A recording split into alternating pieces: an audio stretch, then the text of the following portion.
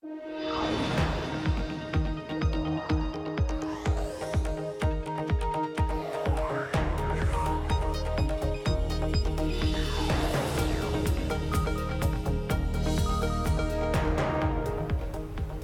Emily Chang, and this is the best of Bloomberg Technology, where we bring you all our top interviews from the week in tech. Coming up, President Trump's advisory councils have disbanded after several CEO exits. We explore the business world's relationship going forward with the first CEO president. Plus, after the events in Charlottesville, the tech industry is being tested over hate speech and hate groups online. And Alibaba delivers blowout numbers. Sales jump more than 50% thanks to its robust e-commerce business. First to our lead. President Trump says he's ending 2 advisory groups of American business leaders. This after multiple CEOs stepped down from the boards as Trump faced blowback for failing to sufficiently condemn white supremacists. And a Bloomberg report that the remaining members of the council had decided to disband. The president made the announcement on Twitter saying, quote, rather than putting pressure on the business people of the Manufacturing Council and Strategy and Policy Forum, I'm ending both. It's a serious turnaround from the tweet Trump posted Tuesday, which read, quote, for every CEO that drops out of the Manufacturing Council, I have many to take their place. Grandstanders should not have gone on. Several CEOs also left the councils earlier this year following disagreements over the president's approach to immigration and climate change. Keith Raboy, partner at Khosla Ventures, joined us to weigh tech's relationship with the White House. Well, I think the president is clearly struggling with lots of issues. So first of all, is I mentioned on your show 2 years ago, I think the president's sort of a sociopath. So I think he's revealing under pressure more of his characteristics. Like under pressure, Strauss people tend to reveal their natural characteristics. And at the end of the day, when he gets attacked, he's going to punch back. You saw this in the debate stage, but none of his opponents were willing to punch back with him and really put him in his place, where there were a few opportunities if you watch the videos. Right now, this is playing out on a national and international stage, and it's really not helping him. Where do you draw a line when it comes to free speech? Is it white supremacy? Is it racism? I mean, what counts as crossing that line? Well, I think people have a right to file for a permit and protest for any view in the United States. What they don't have a right to do is to actually be violent, to instigate violence directly, and they certainly don't have the right to have the President of the United States defend them. In 1977, when I was growing up in the 70s, this Nazi party of the United States marched in Skokie, Illinois, which is where a lot of survivors of the Holocaust actually resided, and they intentionally chose that destination, and the courts protected their right to march there. But the President of the United States denounced them, and it was a one-day story. Right now, the president is basically not willing to take sides. Free speech doesn't give you the right and doesn't protect you from people having an opinion on one side or the other, and he should clearly be on the side of freedom and liberty. What do you make of the calculation that these CEOs are making when they say, all right, I'm out? No more business counsel for me? Well, I think, as we've talked about previously on your show, I think there's a difference between partisan and policy behavior. I don't think CEOs can engage in partisan behavior, but over the weekend, this wasn't a partisan issue. If you look at any prominent Republican, including most of the more conservative members of the Republican Party, were very explicit in denouncing the protests in Charlottesville. So this is not a partisan debate. It's basically President Trump and a very small sliver of his party versus most mainstream Republicans and conservatives. What's your take on how tech companies should handle speech like this, like the Twitter @YesYou'reRacist account, Google, shutting down that YouTube channel, Facebook deleting blog posts related to this topic? I think most of the content companies, Facebook and YouTube, have to be very careful. As they start deleting specific viewpoints, they run the risk of liability under the DCMA. So once you start pulling down certain pieces of content, you're technically liable for all of the content on your site. What if it's Nazi content? Well, I think there's some constraints about the content, particularly inciting violence. But absent that, I think it's a very difficult place to be. I don't think most technology companies can really censor content, both legally or prudently. So you don't think they should? You don't think they should, even if it's Nazi content? I don't think content should be censored. Okay. What's your take on James Damore, this Google engineer who was fired after he sent a memo that was circulated widely within the company suggesting that there are biological reasons for the underrepresentation of women in tech and women in leadership? Well, I think you made several points. One I agree with, and one I know I'm not an expert in. I definitely agree that Google is an intellectual monoculture. Like if you surveyed Google and said what fraction of Google employees voted for Trump, what fraction of Silicon Valley Google employees voted for Trump, it'd probably be 2 or 3%. So it's clearly not representative of the American people, and that's a different point than what are the roots of the sort of employee base and engineering base differences at Google. I am not an expert on what causes that. I'm not an expert on Google. I'm not an expert in biology. I do think that Google is taking some risk in being very draconian about some views.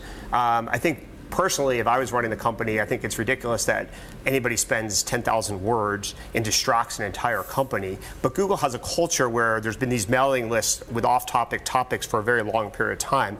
But I think there's a general rule that people should not be able to take business time and distract 70,000 employees, regardless of their views. I did speak to James Damore the day after he got fired. Take a listen to what he had to say.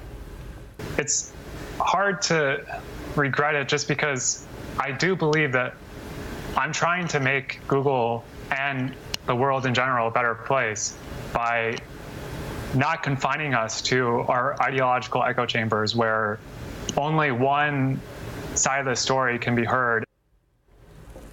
So ideological echo chamber, political views are one thing. What if those political views exclude half the population? Well, I think that a company has the right to say you can't express any range of views on particular topics. So, for example, it'd be totally inappropriate to write a religious crusade document on any side, Judaism, Christianity, Muslimism, and publish it to a company. But I think the company, once they allow people to have a format and a mailing list that's open-ended, I think they're playing with fire, selecting some views that are acceptable and not. I think it'd be much better to say religion, politics, and topics like that don't belong in the company. So, for example, imagine a mailing list where people are debating abortion.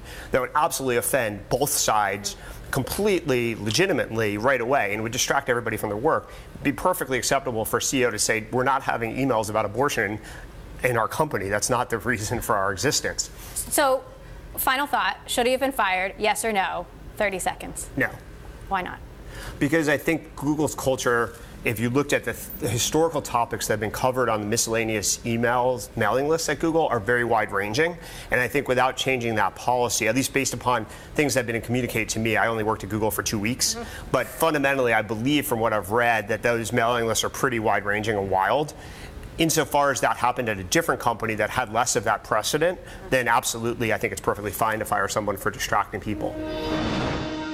That was Keith Raboy of Khosla Ventures. Well, Cisco narrowly beat analyst estimates for earnings and revenue in its latest results. Meantime, the company is touting a major turnaround in the networking business, moving from hardware to software. Cisco's machines form the backbone of the internet. This quarter, the company predicted revenue in the current quarter may fall as much as 3%. The Bloomberg Daybreak Americas team spoke to Cisco CEO Chuck Robbins about the turnaround efforts and the current political climate. We said that we were going to begin to shift more of our business to a software and subscription model, and we have made unbelievable progress. Just this past quarter, 31% of our revenues were from recurring, which is up 4 points from the prior year. We have actually our software deferred revenue grew 50%. And actually eclipsed $5 billion for the first time. And 2 quarters ago, I said it eclipsed $4 billion for the first time. So that's moving rapidly. Of our software business, 51% of our software business now is actually from subscriptions. So we have made a great deal of progress. I think the strategy we laid out is actually working, and I'm very comfortable with where we are, and I'm really pleased with what our teams have accomplished. So, Chuck, if I'm a long-term investor in Cisco, I hold your stock, I believe in you, I want you to succeed.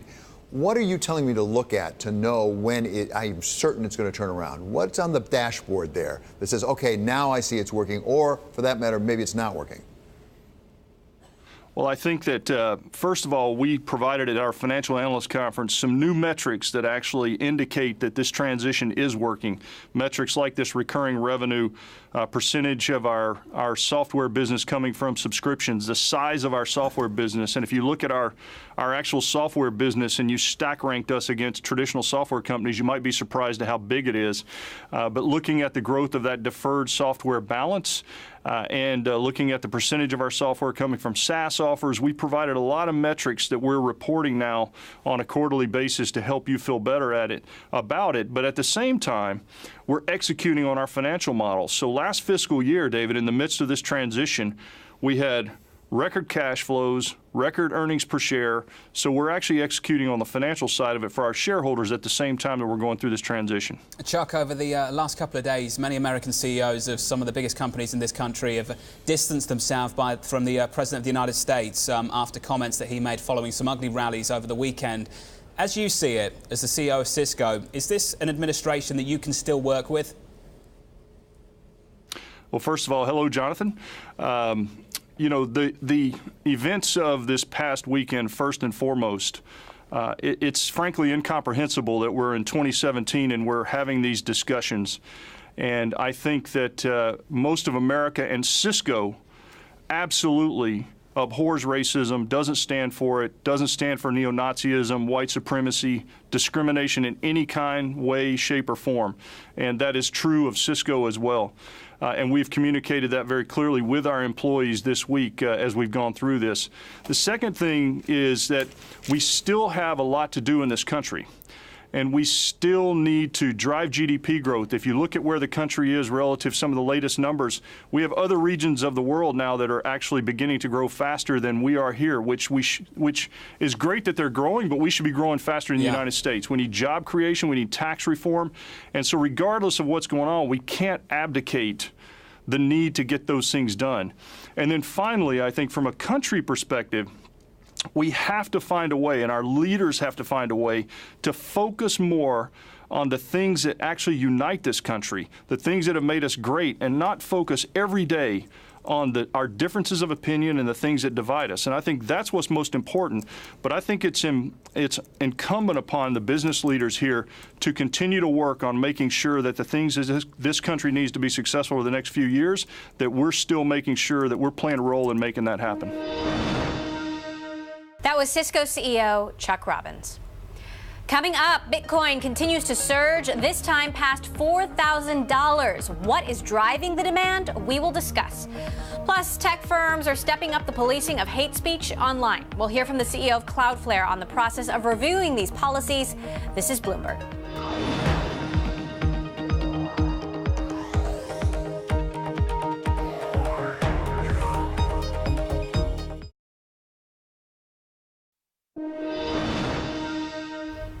It is another successful rocket landing for SpaceX, the 14th to be exact, and the 6th time the reusable portion of the Falcon 9 returned to Earth successfully post-launch. Monday's rocket carried a Dragon capsule loaded with over 6,400 pounds of cargo destined for the International Space Station. The Dragon will spend the next couple of days in orbit before meeting up with the station on Wednesday. Bitcoin continues to show no signs of slowing down. The cryptocurrency soared past $4,000 for the first time ever this week, capping off massive gains this year. The rally comes after a split last week that threatened to jeopardize its growing mainstream interest.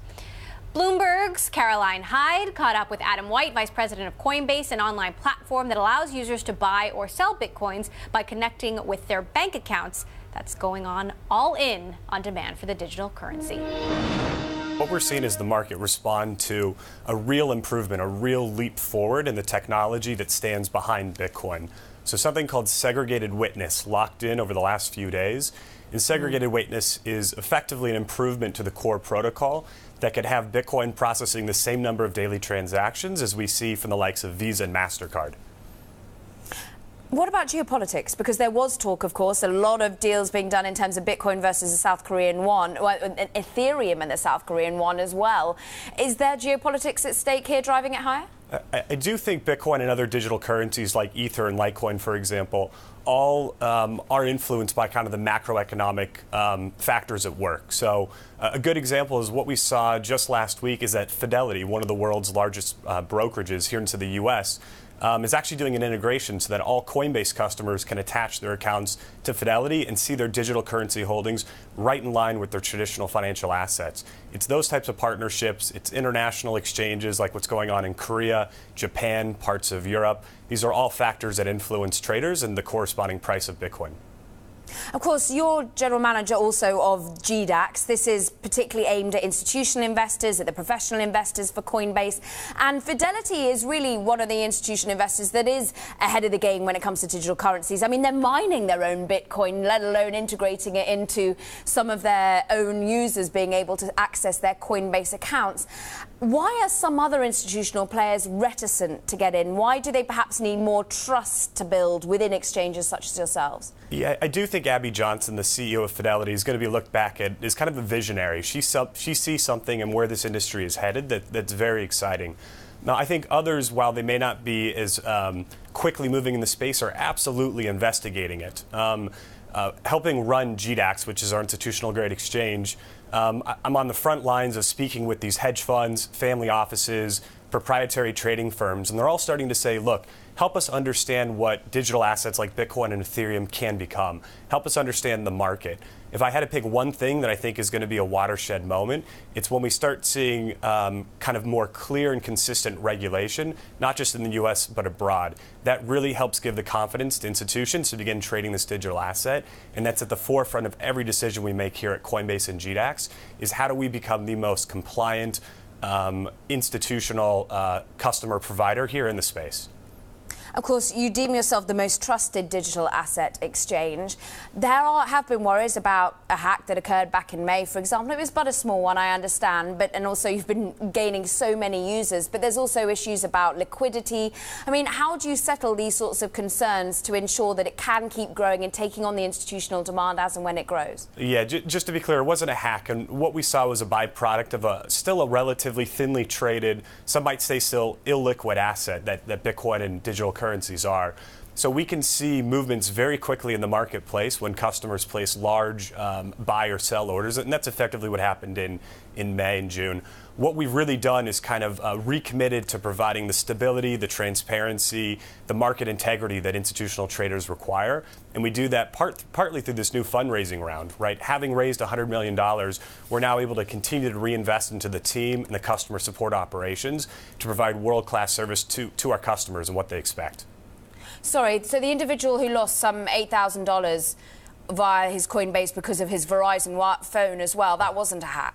I see. Okay. Yeah, I think, yes, what we saw, we call that an account takeover. And that's where when individuals have methods by which they'll be targeted for either having their phone ported or their password compromised because they didn't choose a very strong password. At Coinbase, we have a significant team that's there just to provide kind of fraud prevention, we call it. And we help kind of proactively notify customers when we see signs of things happening. And we have a number of kind of proprietary steps internally that we do that whenever we look at something suspicious, we take the effect to lock down their account. And many times we'll help write the customer as well. Interesting. And of course, you've got this $100 million. You've got plenty of priorities there. New York office for GDAX. You've got a customer support, engineering, as you mentioned. What about expansion of the cryptocurrency base that you currently do accept? Because you've got Bitcoin, you've got Ether, you've got Litecoin as well. You're looking into Bitcoin Cash. Any more to be added to the portfolio? Yeah, this is something that we get asked a lot about, and we've spent considerable time we want to be thoughtful and ultimately provide a curated selection of digital assets that our customers can trade. On GDAX, which is our institutional platform, there's probably going to be more than what we'll see go onto Coinbase, which is more of a retail brokerage. But before we add any more digital assets, we want to get our current product to a place that customers are getting the experience they expect, and we have a stable and performant exchange. After which we accomplish that, then we're going to start looking at adding new digital assets. That was Adam White, VP of Coinbase, speaking with Caroline Hyde in London.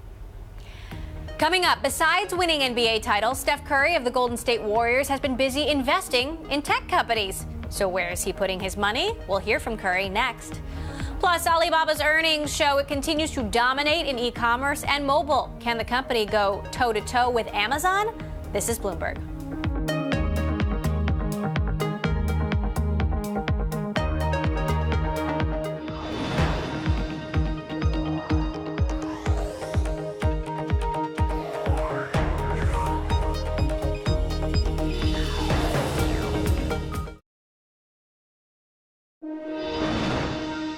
Pandora Media will have a new CEO. The company announced that it has hired Sling TV head Roger Lynch. He'll be the fourth leader in less than 2 years, charged with reviving the struggling online music company. The appointment is effective September 18th. Pandora also said Michael Linton, the former CEO of Sony Entertainment, will join its board. Well, two of the top players in the NBA helped kick off the inaugural Players Technology Summit in San Francisco right here at our Bloomberg office. The summit brings together top leaders in tech, venture capital, and sports to exchange ideas and expertise. In our exclusive interview, our editor-at-large, Corey Johnson, caught up with Steph Curry and Andre Iguodala of the Golden State Warriors, who co-hosted the event. He started by asking about Curry's investment in Pinterest. It was something I used and something my wife used, and for me it was an opportunity that was a couple years back, a way to just kind of get some skin in the game. It's not something I'm involved with day to day, but just to see the growth of the company and have that feedback of Q1, Q2, Q3, Q4, seeing how the company's doing and keeping track on that. So that kind of was actually, besides my company I started with my business partner at Slice, that was one of my other early investments that I can kind of follow and grow with it. So it's been fun learning from that, and hopefully I can continue to grow my expertise in the investing game. And you're all over the place in some of your investments. I mean, last time I talked to you, we talked about a skincare product shaving company that you're invested in. You're invested in a company called TrueMid, which sounds like it's competing with Bloomberg in some ways. You know about this? It's like a bond trading? Yes, a bond trading platform, and you can do it mobily across your phone. And when you think about tech, and you think about Silicon Valley, you think about disruption, you think about efficiency, and that's what TrueMid is. And bond trading hasn't changed since the beginning of time. You know, you sign a piece of paper and then you hand it to someone else, and then you think about, the Eddie Murphy movie Trading Places, and the beginning scenes where the papers flying everywhere. Which was so true that, yeah. Right. Maybe more entertaining when Eddie Murphy does it, but everything he does is more entertaining. Right. So that was something that was approached to me of how to disrupt that market, and the vision was great by Ronnie Mateo, who actually started it. So I've had a really good conversations with him about that, and that's how I got into that. And this whole thing for me pretty much started with an E-Trade account, and I started investing in a lot of tech companies in that, and that's what drove my business partner, Rudy Klein Thomas, and myself into this space. So it was a perfect marriage for us to be, aligned with a company like TrueMid. Well, I guess I should back up too. When you think about the history of athletes and investing, I mean, the bad stories are the ones that make the news, but there are some bad stories. I mean, your father was in the NBA. I think about the athletes who've had fathers. Ken Griffey Jr. had a father who was a great baseball player. Barry Bonds had a father who was a great baseball player. Your father was a fantastic basketball player. But they've also sort of probably, I would imagine, raised their kids with lessons of, remember that guy I used to play with, he blew everything. Remember that, we've come a long way from Charles Oakley and his car wash investment, which is a great investment, but that was sort of the notion of what NBA players did with their money, and I think it's a lot more sophisticated now. I would think so. I mean, we've been blessed to play this game and make a significant amount of money, and with the responsibility of what do you do with that? Like you talked about earlier, you want to grow that money in a smart, responsible way. Things have changed. The tech space, like Dre said, is booming, and to find open doors and access to that world is huge. But not only that, finding advisors and people that are close to you that you can trust to give you that right guidance and wisdom, and not just blindly throwing money at a company or at an idea and hoping it takes off just because you have that prestige. It has to be smarter than that. That was Steph Curry and Andre Iguodala of the Golden State Warriors. Coming up, tech firms are taking a closer look at their policies over hate speech and hate groups, even after the events in Charlottesville. We'll hear from the CEO of Cloudflare about the bigger implications. And a reminder, all episodes of Bloomberg Technology are live streaming on Twitter. Check us out at Bloomberg Tech TV, weekdays 5 p.m. in New York, 2 p.m. in San Francisco. This is Bloomberg.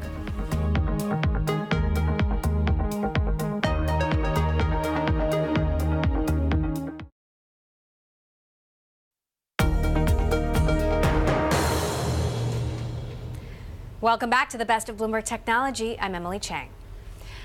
Tech companies from Airbnb to Facebook are going on the offensive against white supremacists and Nazis in the wake of the violent rally in Charlottesville, Virginia that left a woman dead. Cloudflare has added its name to the growing list of companies cracking down on hate groups.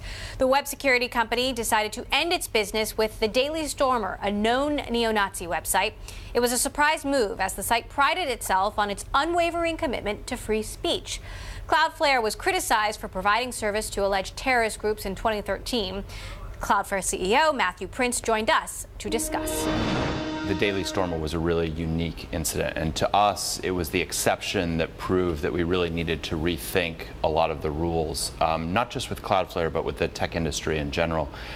In this case, the Daily Stormer really came on our watch list, our attention list, and really got put on probation a few months ago when we started to get reports that they were actually harassing people that were submitting abuse reports through our platform.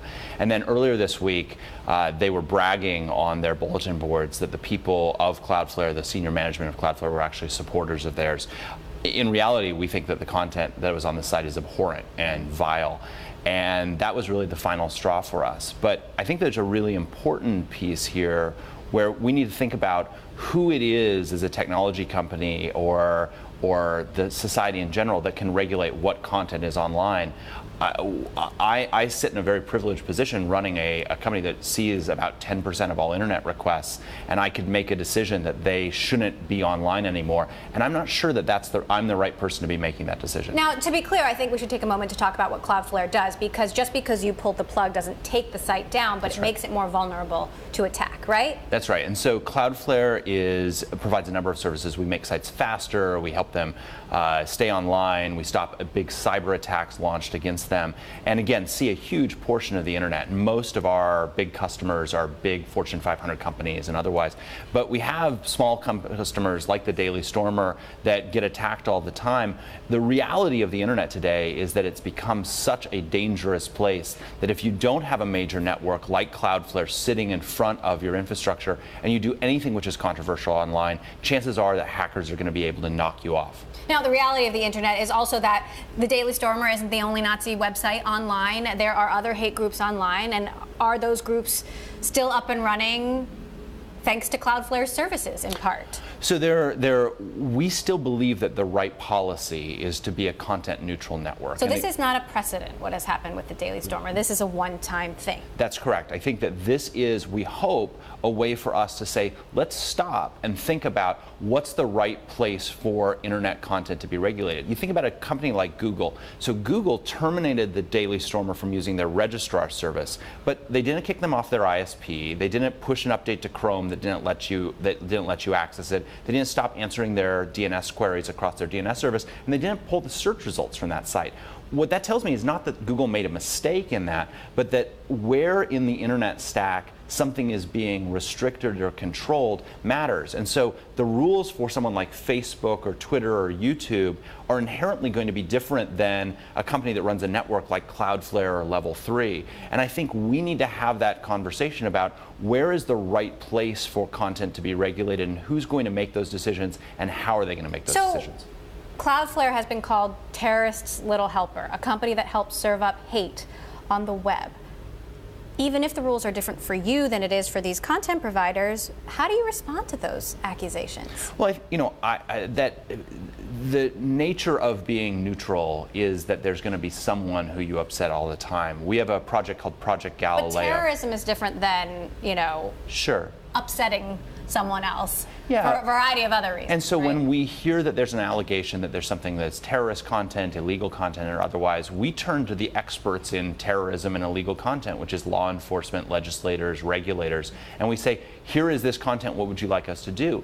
That to me feels like the principle of due process, that they are actually politically enshrined organizations who can make these decisions, as opposed to these decisions being made based on what the political whims of me or Mark Zuckerberg Bloomberg or Jeff Bezos are. So are you saying you think the internet and these internet companies should be regulated like utilities? I don't think that that's the answer necessarily, but what I do think is that we need to have a conversation between all of the different stakeholders. And that means the technology companies, that means regulators, that means content creators, that means content consumers, that means civil society organizations. Because at this point, it's the Wild West where people are making these decisions and those decisions aren't actually transparent. This has been framed a lot as a freedom of speech issue, and I'm the son of a journalist. I think freedom of speech is absolutely critical, but I think it's important to acknowledge that it's a uniquely American concept and uniquely American idea.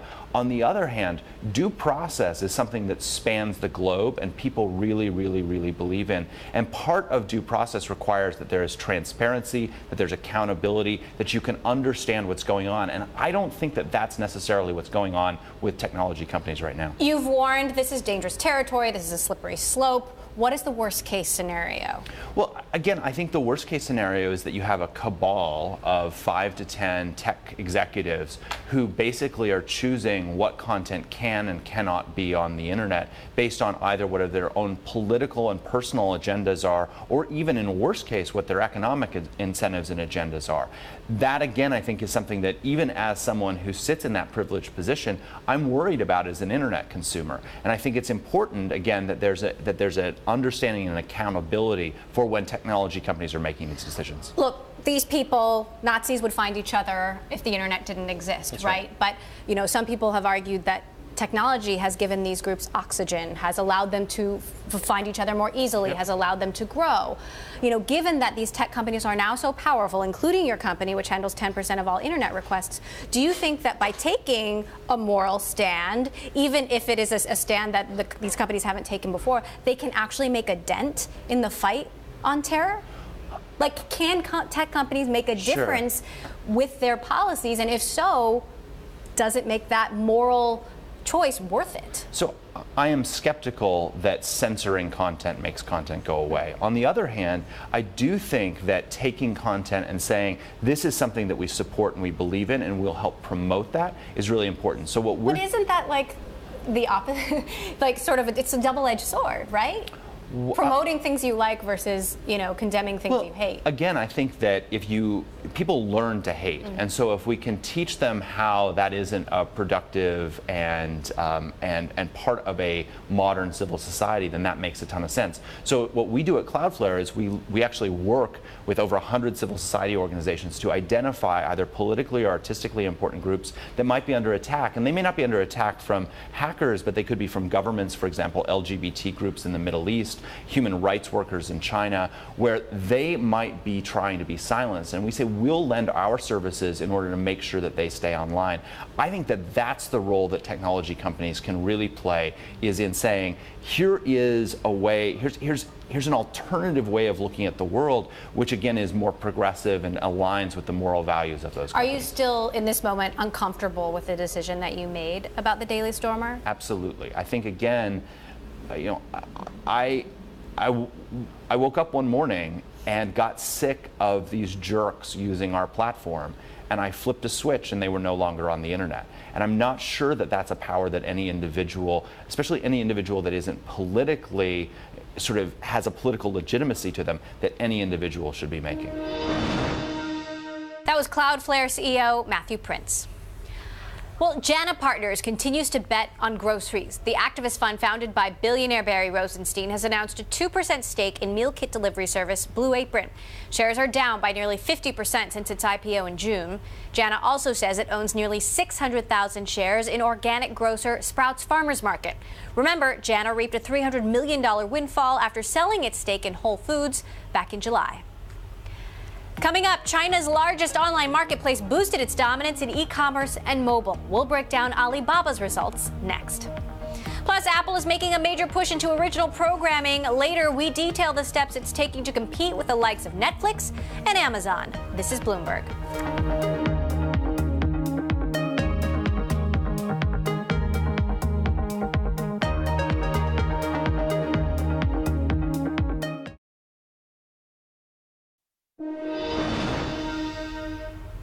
Alibaba delivered blowout earnings in the last quarter, with sales jumping more than 50%.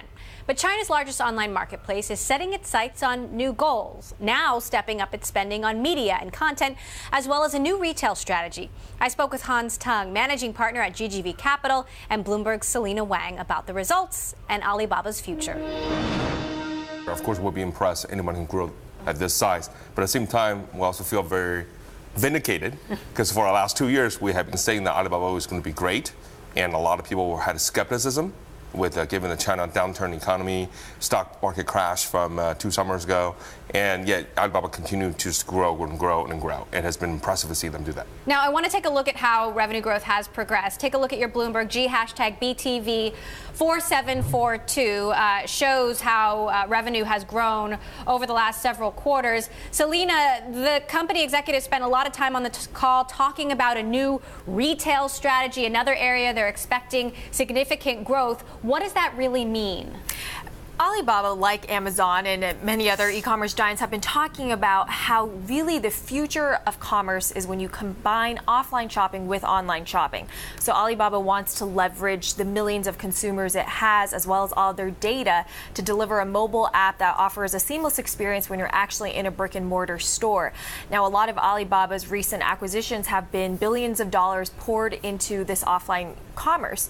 And for the first time, we heard a lot of talk about this HEMA concept, something that Alibaba's kind of been quietly incubating for the past 2 years, and they've rolled out more than 10 stores around China. And basically, you take the app, you download the HEMA app, walk into the store, scan the goods with the barcode, you check out with Alipay, and you can pick out your own seafood there, have it cooked on the spot to eat in the store, or have it delivered to your home in 30 minutes.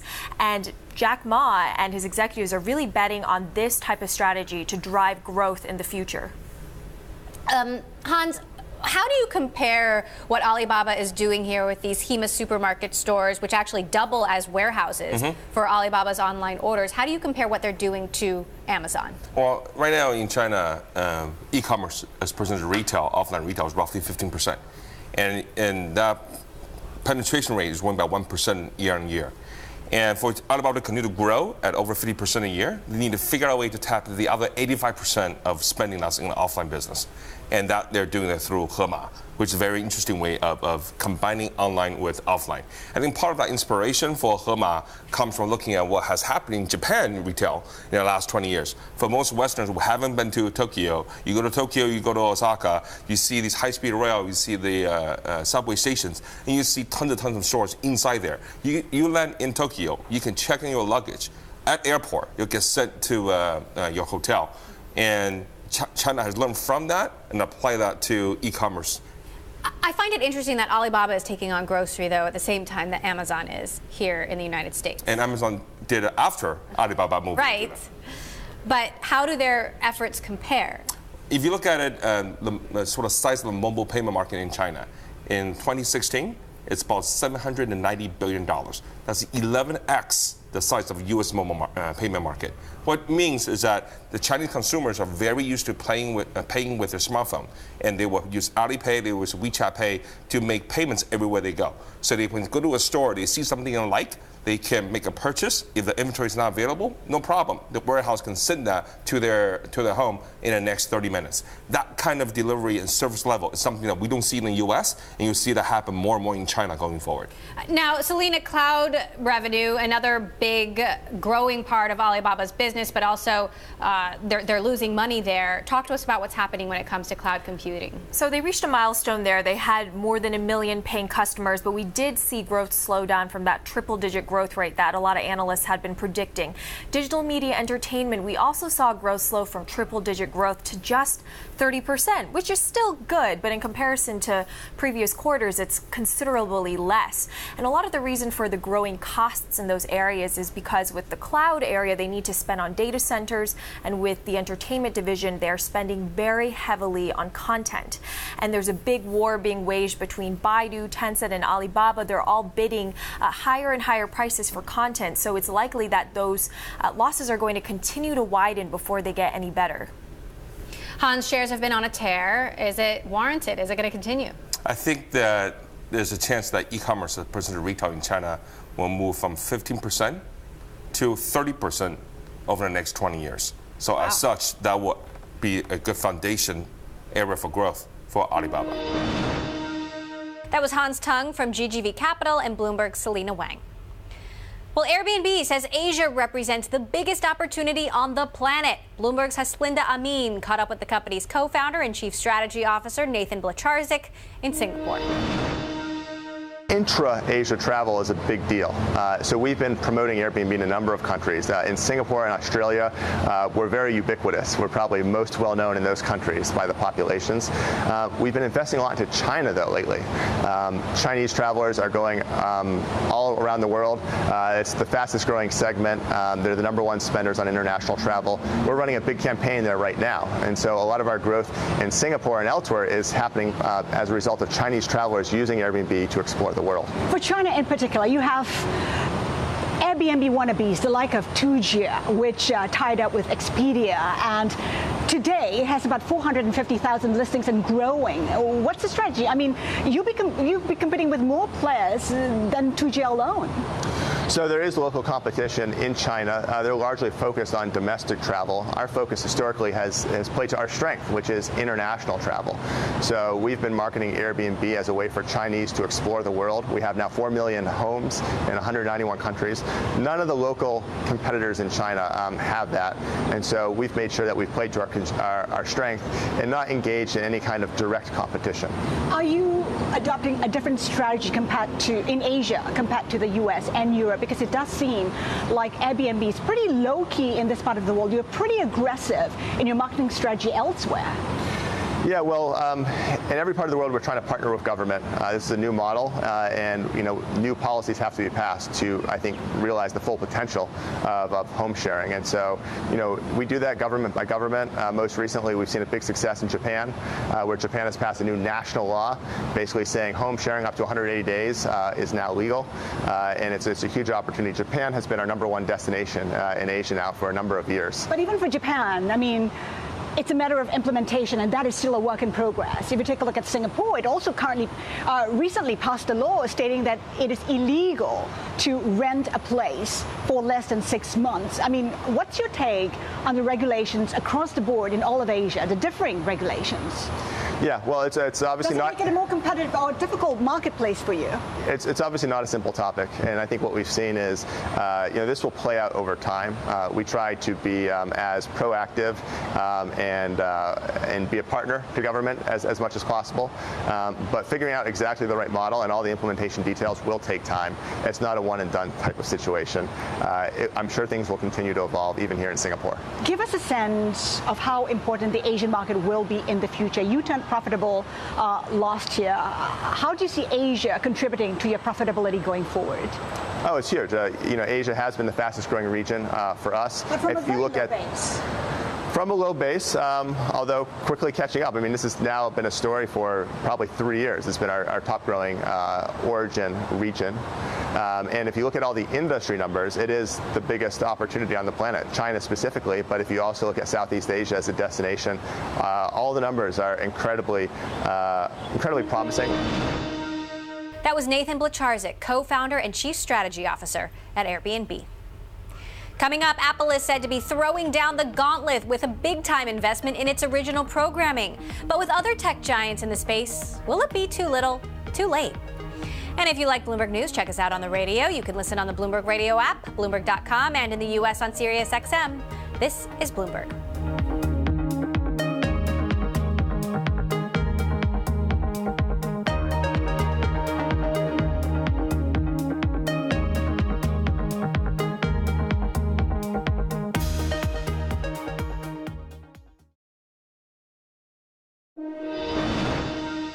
Amazon is selling bonds to finance the $13.7 billion acquisition of Whole Foods. People with knowledge of the matter say the online giant sold $16 billion of unsecured bonds in as many as 7 parts. It is the 4th largest jumbo deal year to date. It's the first bond market foray for Amazon since 2014. Well, Apple is out to make a splash in Hollywood. Tech giant plans to spend about $1 billion on its original programming in the next year. That's according to people familiar with the matter. The company is creating a new LA-based team and recently hired 2 top Sony TV execs to lead the efforts. The news comes amid Apple's intensifying efforts to compete with the likes of Amazon and Netflix, with both already having solid footing in the space. I spoke with our Bloomberg tech reporter Alex Webb, who covers all things Apple, about the plans. We know they're building a team in Los Angeles. They have an office there, which was essentially originally the Beats office, and where they now have Apple Music. Jimmy Iovine sits there, the very prominent record executive turned Apple executive. And from Apple Music, they have been doing small things in television programming. We saw Carpool Karaoke, Planet of the Apps. Now they've carved that team aside. It no longer is part of Apple Music. It reports to Eddie Q, the head of Apple Services business, and they've got a big wedge of cash now to spend on original content. Now, we did ask Tim Cook about this when we spoke ahead of the earnings call a couple weeks ago, and he said, right now we've just gotten started when it comes to investing in original content. We feel good about where Apple Music is, very good. Subscriptions continue to move along, and I do think video will be a contributor over time. How big a contributor?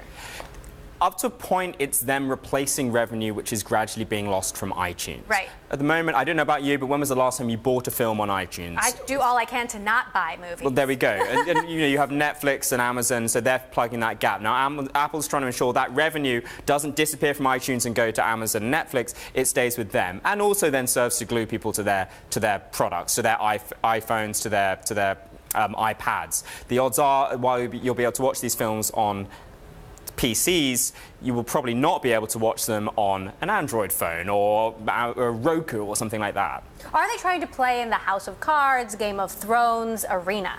I think there's every chance. You're speaking to some of my sources a few months ago when we weren't quite sure what the ambitions were. And this is why this news is quite interesting, because it shows the extent of their ambitions in the space. But they sort of said, we're going to see what happens with these early shows that we've done, and from then take some steps and see what's possible. Now, the people they've hired, they hired 2 prominent executives from Sony who were behind Breaking Bad. That kind of perhaps gives a hint at the scale of some of the things they're trying to go for. So these Sony TV executives, former Sony TV executives, what do we know about them and what they've worked on? They're very prominent guys. I'm afraid to say, short of getting up their IMDb page, I can't name everything they've worked on, but Breaking Bad is the most prominent project. Jimmy told us... Not a bad record. Pretty good calling card. When we spoke to Jimmy Iovine back in April, he said that they were aiming to have 10 original shows by the end of the year. We know about perhaps 3 or 4 of those. It could be that some of those are very substantial projects. But let's say one thing to put it in context, though. The $1 billion that Apple is going to spend in the next 12 months, that compares to sort of $4.5 billion that people estimate that Amazon will spend this year, and $6 billion, that Netflix will spend. So it's a big sum of money, but it's not as much as some of the competitors. We've been looking at some video of Planet of the Apps. We know that it didn't get the best reception. I mean, when it comes to their efforts so far, how much success have they actually had? From a critical perspective, there have been some hiccups. It's very hard to know what it's doing in terms of viewership. But so far, these products have really been about dragging people towards Apple Music. We should also say, though, that it's been a learning curve for Apple. They haven't necessarily had these experts in the TV industry in production, in procuring the right projects. And that's what they've done now by bringing on board some of this talent from Sony and elsewhere. The thing I heard today from some of the sources I spoke to, full credit to the Wall Street Journal, they broke this story first. We were able to match it. And they were saying that they're really hiring aggressively in this space. They're trying to expand it substantially. Bloomberg's Alex Webb there. And that does it for this edition of the Best of Bloomberg Technology. We will bring you all the latest in tech throughout the week. Tune in every day, 5 p.m. in New York, 2 p.m. in San Francisco. And remember, all episodes of Bloomberg Technology are live streaming on Twitter. Check us out at Bloomberg Tech TV weekdays. That is all for now. This is Bloomberg.